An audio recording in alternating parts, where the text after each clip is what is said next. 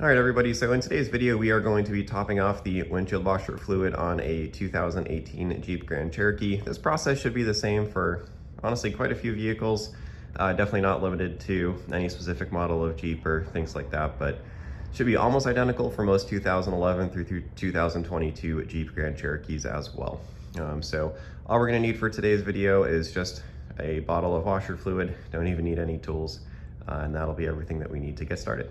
So if you go into the driver's side door here, what you're gonna see directly above the emergency brake pedal, that's gonna be your hood release latch. So directly above the e-brake, just pull up on it.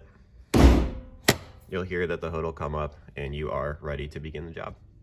All right, everybody, so I wanted to show this part of the video with the hood open because I know that sometimes it can be a challenge if you really don't know what you're reaching for once you've cracked your hood open from the inside of the car. So the mechanism that we are trying to kind of slide over so that the hood comes up is actually right here. So we are going to take this and push it to the side. So that is what we are looking for when the hood is cracked just a little bit. You can't see it when the hood's cracked a little bit, so I just wanted to take a moment here to show you that if you slide your finger in, we're just going across, and that will allow the hood to release upwards. All right, so now that we've identified the correct area, all we're gonna do here is just flip open our fill lid. We can uncork our bottle. We wanna make sure that we are putting in windshield washer fluid. It should say windshield washer fluid on the bottle that you're using. From here, depending on how full your bottle is, you can use a funnel. You don't necessarily have to use a funnel, but we are just going to pour until we are filled.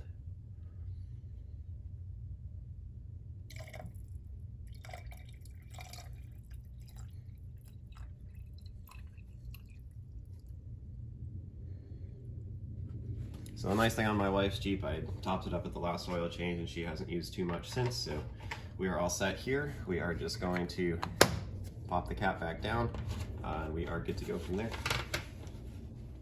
All right, so our last step for today is going to be shutting our hood. So the first thing we want to do is just double check whatever we were working on that it's fully secured. So depending on what it is, if you're tightening down, filling up with oil, that this is secure. If you're filling up with washer fluid, that's secure.